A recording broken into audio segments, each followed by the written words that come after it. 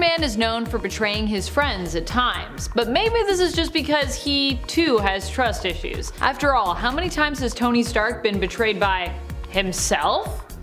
Join me as we count down the top 10 superheroes who betrayed Iron Man. Number 10, Iron Man 2099. One of the Iron Man 2099s anyways. This one comes from the 2099 future of the Iron Man Armored Adventure series. Here, 2099 Iron Man is a hero named Andros Stark, who is also Tony Stark's grandson, but becomes an antagonist in the series. All because he travels back in time to defeat his grandfather, Tony Stark. However, this is because Andros believes Tony is to blame for creating the AI menace known as Vortex in his time.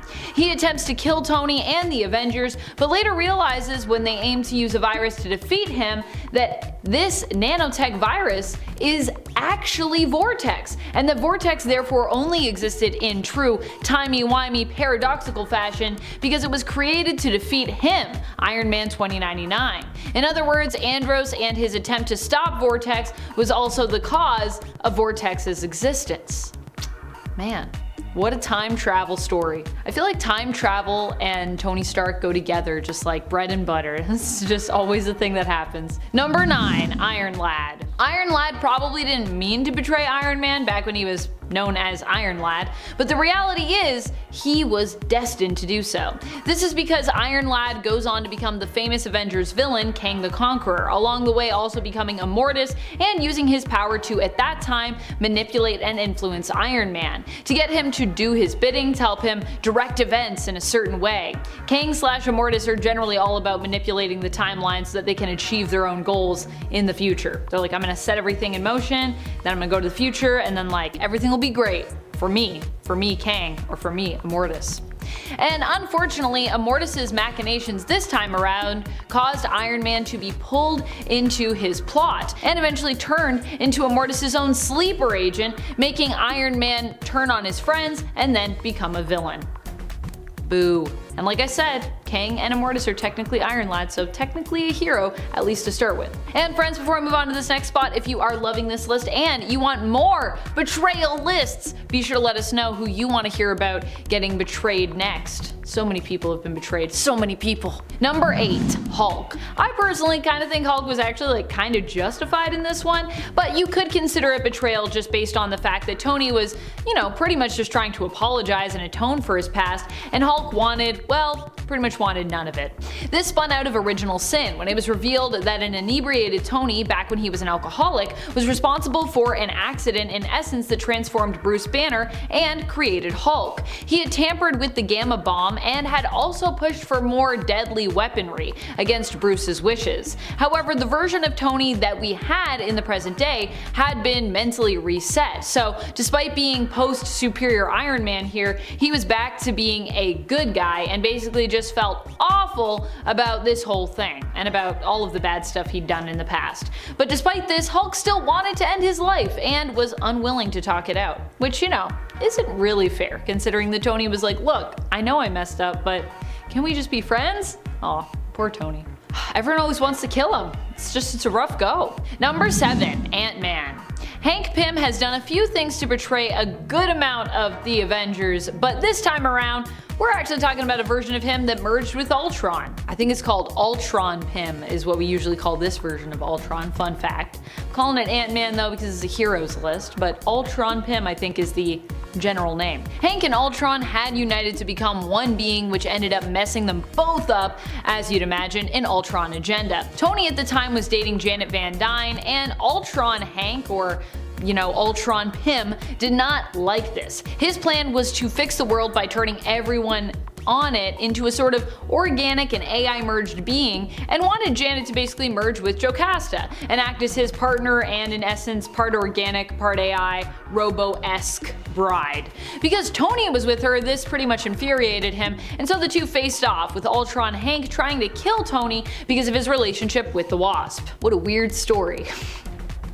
So many weird stories. Number 6, Erik Killmonger. Erik Killmonger isn't really so much a hero in the main continuity, and in the end, he didn't end up being so much a hero in this reality either, but he did pose as one for a good amount of time and was a member of the Guardians of the Universe.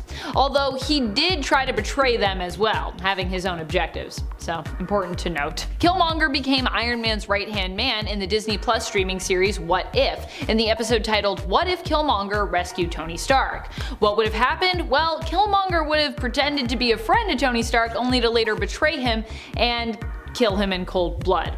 1, because he pretty much hated everything that Tony represented, but 2, because Tony's death was kind of all part of a plot to try and provoke a war between the US and Wakanda so that he himself could defect to the side of Wakanda and thereby take over the nation from within, using Stark's technology to win Wakanda's favor when he helps them to defeat the US. It's a pretty bad betrayal though. It's pretty tragic. Like, I was like, man, wow, that's crazy. That whole episode was crazy. I hope we get to see more of it. Number 5, Iron Man 2020.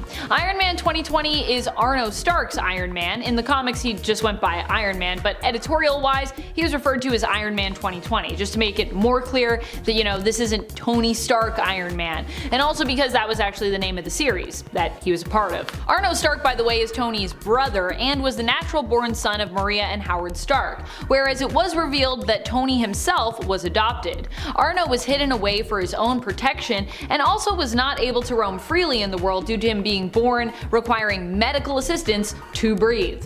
In the end, Tony would learn the truth of his being adopted and about the existence of his brother. The two would team up for a time, but when Arno took up the mantle of Iron Man and combated against an AI rebellion, in the end he believed the best way to protect humanity was to control all the AI and the humans with his submission code. But when he asked his brother Tony to join him, Tony saw that Arno pretty much needed to be stopped, as he'd become a danger to the world and its free will. I just feel bad for Arno, man. Can we bring Arno back yet? Is Arno doing anything right now? I don't think Arno is doing anything. I feel like he's still in his bubble. And I think he's like going to die soon, which is why we're keeping him in a bubble. Number 4, Captain America. Captain America had his reasons, and honestly, I was on his side of the war. But the amazing thing about Civil War I was that the two sides each had their own seemingly justifiable motivations for their actions. So although I was on Cap's side, I could understand how fans on Tony's side would see Cap as a traitor of Iron Man instead of the other way around. Iron Man was fighting on the side of the Superhuman Registration Act, believing that making superhumans register so they could be monitored and deployed, working within government oversight for the safety of civilians, was the better way to go. Captain America was against the SRA, which put these two at odds, and which Iron Man and fans of Iron Man would likely consider to be a betrayal, considering that Tony thought he knew the better way to protect people. In the end, I would say it turned out that Cap was right, but you know, we each have our own sides of that argument that we believe in. Number 3, Iron Man. That's right, Iron Man betrayed Iron Man. Are you surprised? It's already happened twice on this list.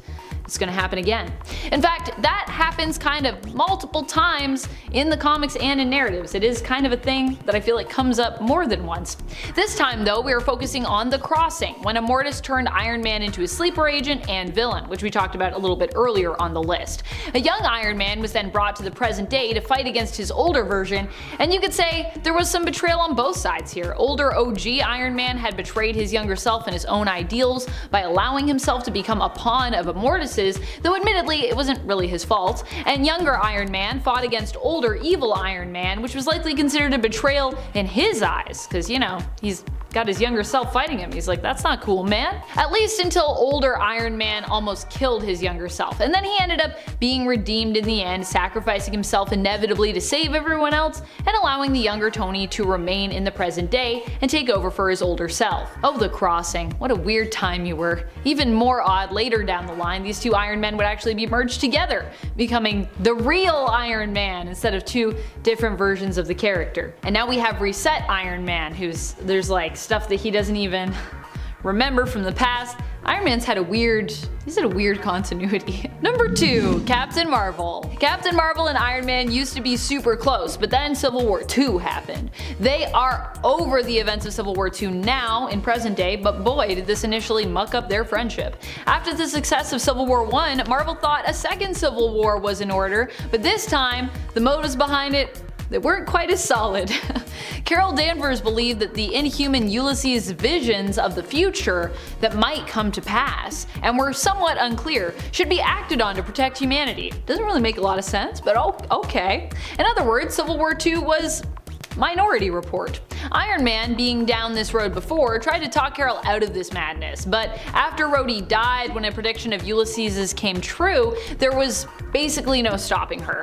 Kind of odd as well, as though Carol and Rhodey are often a couple in the comics, and I do ship them together, Iron Man is definitely one of those that is closest to Rhodey, and even with Rhodey's death, Iron Man still thought that Ulysses' visions shouldn't be held in such high regard. So you'd really think that Carol might have being more open to listening to him. Carol fought against Iron Man and a line was drawn. A very weird line that didn't really make a ton of sense, but hey, Civil War II everyone. It is what it is. It happened. Now we have to live with it. Number 1, Black Widow. Black Widow majorly betrayed Iron Man in the Ultimate Universe, and sure, it's not main continuity, but it's honestly, it's so bad, it needs to be acknowledged and mentioned, and that's why it took my top spot.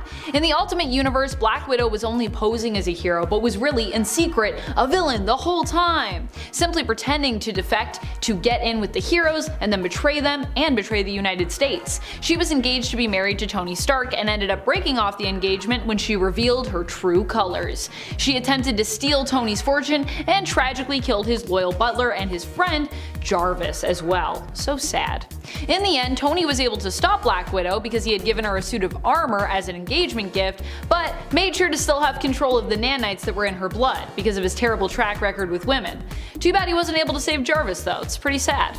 Black Widow would get hers in the end, but Tony would feel the pain of this betrayal for quite a while thereafter. What do you think is the most painful betrayal on this list? Were you surprised to learn about any of these betrayals? Do you think Tony betrays or gets betrayed more? Let us know in the comments below. This has been Top 10 Nerd, and I'm your host Amanda McKnight. Till next time, you stay nerdy, YouTube.